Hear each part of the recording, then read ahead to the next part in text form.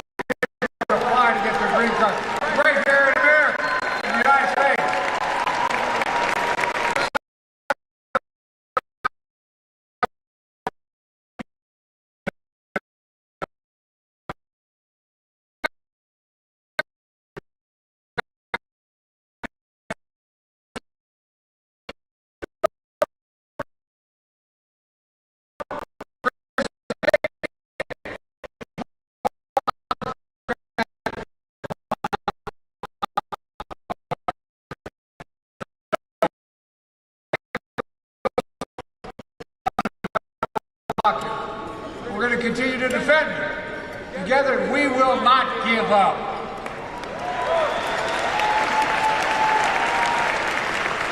I also announced an executive action that speeds up work visas, tell people, including dreamers who graduated from U.S. colleges, to land jobs in high-demand, high-skilled professions. My administration is also expanding access to legal representation and resources for people seeking legal status. We're working with all of you to ensure folks can have access to these services. Just as we work together to fix our broken immigration system, we must do it. I took executive action to secure the border. It's working. Border encounters have dropped over 50%. Let me be clear. People can still receive asylum by making an appointment to arrive at a legal post of entry. And they are. But let me be clear. There is no substitute for comprehensive immigration reform. None. Our politics once had a proud bipartisan tradition on immigration. More recently, things have gotten worse. Every time we got close, migrant Republicans blocked it to make it a campaign issue. They'd rather weaponize the problem than solve it. As president, the first bill I sent to Congress when I got elected was a comprehensive immigration reform, after working with all of you. I'll work with anyone to get it done. The Statue of Liberty is not a relic of American history. It stands for who we are. That's who we are. And that's what common life stood for all across the board. Look how far we've come the past 4 years. Together, COVID no longer controls our lives. Our economy is literally the strongest in the world. Historic low Latino unemployment. Record growth in Latino small businesses. Latino wealth has grown by 50%. There's more to do. We put checks in pockets that cut Latino child poverty in half. We increased child care subsidy funding by 50%, providing families with peace of mind and still growing the economy. We're turning around Puerto Rico's economy, investing more than $140 billion and adding 100,000 new jobs in Puerto Rico. And the racial wealth gap in America is at its lowest level in 20 years. Inflation is down. It continues to go down. Common lie keep taking on corporate greed to bring down prices. Meanwhile, Trump wants a new tax on imported foods, goods, glass, gas, clothing, and so much more. And as experts point out, it will cost the average family another $4,000 a year in taxes. $4,000. We've doubled Latino enrollment in affordable health care. Expanded coverage for dreamers. My predecessor says he wants to terminate it, which would cost 45 million people their health insurance, including millions of Latinos. He has a big idea, though. He says he has a concept of a plan. That's a concept of a plan. Replace the Affordable Care Act and trying to defeat it 50 times. He doesn't have any idea what the hell he's doing, except trying to get rid of it. We're putting home ownership within reach to build generational wealth, allowing Latinos to build equity in a home and generate wealth as my family, middle-class family, did. Working to bring down rents, including by calling on Congress to cap rent increases at 5% a year so corporate landlords can't jack it up 20 and 30% anymore. We're building affordable high-speed broadband so no child has to do their homework outside of McDonald's parking lot. Removing poisonous lead pipes so every child can drink clean water without fear of brain damage. Making the most significant investment in climate ever, including the most significant investment in climate justice ever. That includes proposing the nation's first ever federal heat safety standard to protect 36 million workers from extreme heat on the job, many of them Latino workers. I'm also relieving student debt for nearly 5 million borrowers, many of whom are Latinos. And I'm not stopped yet. The courts are not going to win this. And we're investing over $15 billion, the largest investment in history, in Hispanic serving institutions. That's a fact, $15 billion.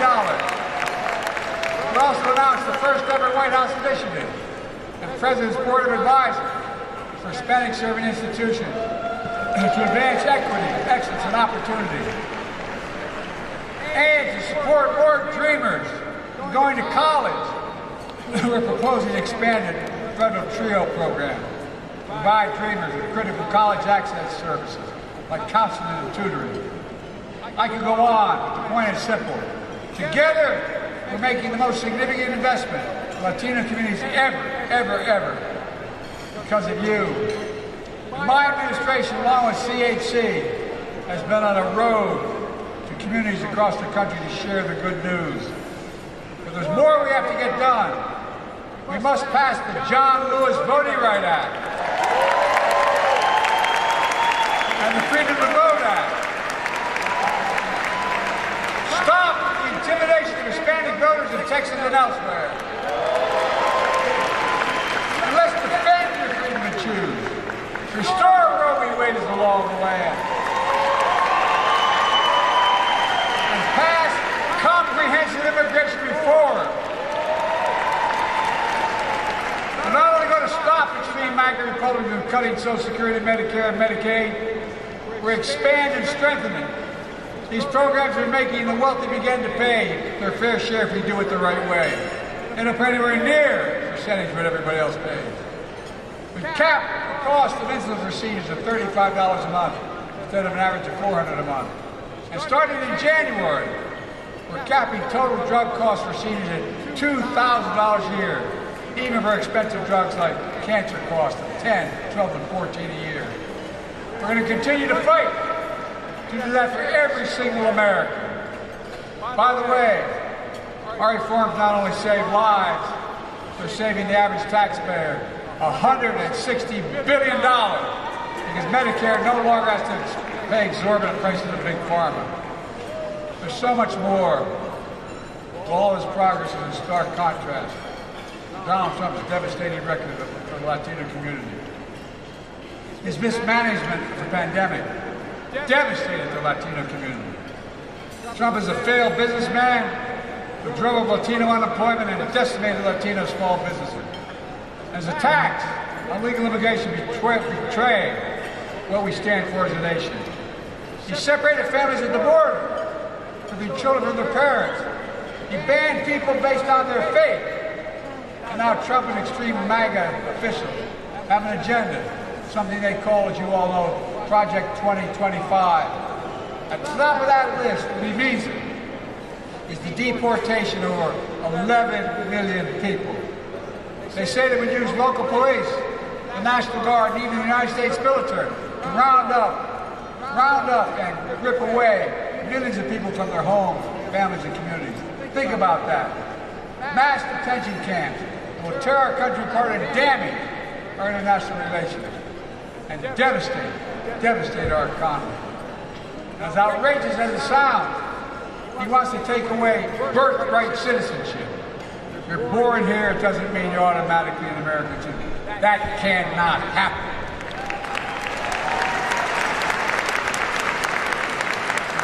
What the hell's the matter with this stuff? One of the reasons why our economy is the strongest in the world is we rejected xenophobia of my predecessor and leaders like him around the world.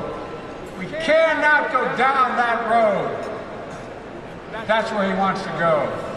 Attacking voting rights, banning choice nationwide, already eliminated affirmative action. It would also decimate diversity, equity, and inclusion across American life. Banning books, erasing history. You're making history, not erasing history. Folks, diversity is the strength of this nation. It really is.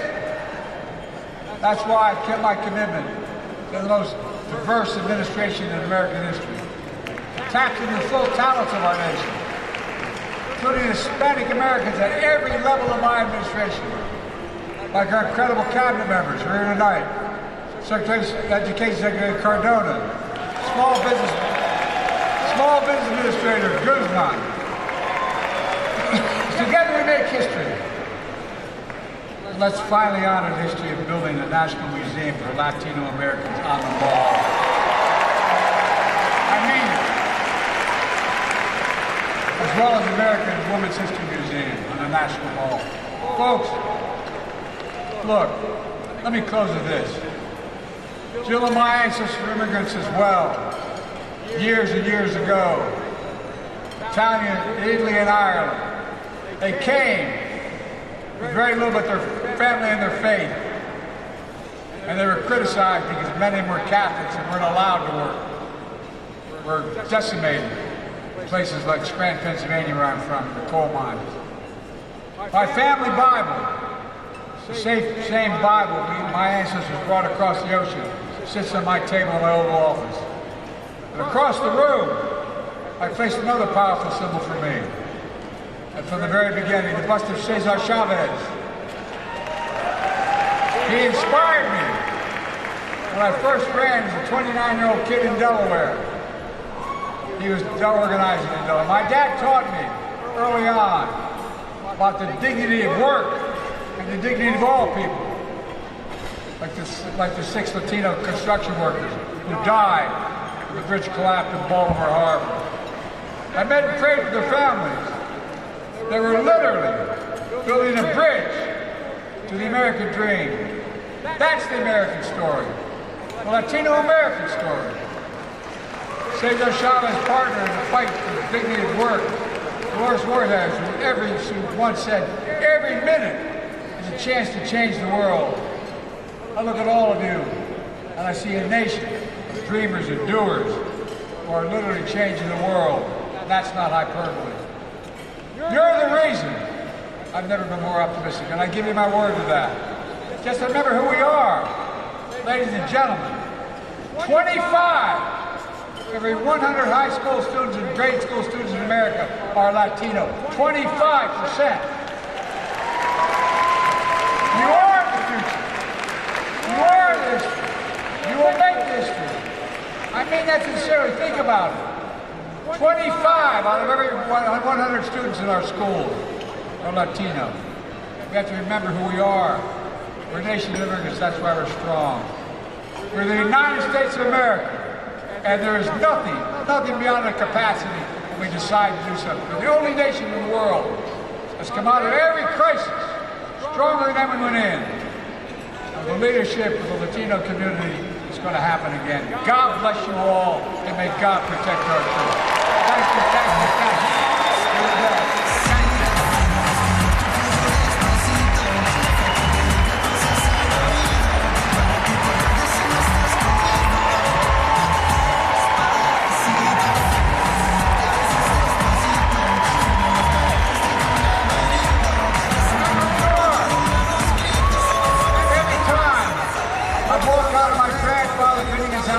Pennsylvania, Joey, keep the faith. My grandmother would yell, no, Joey, spread it. Let's spread the faith.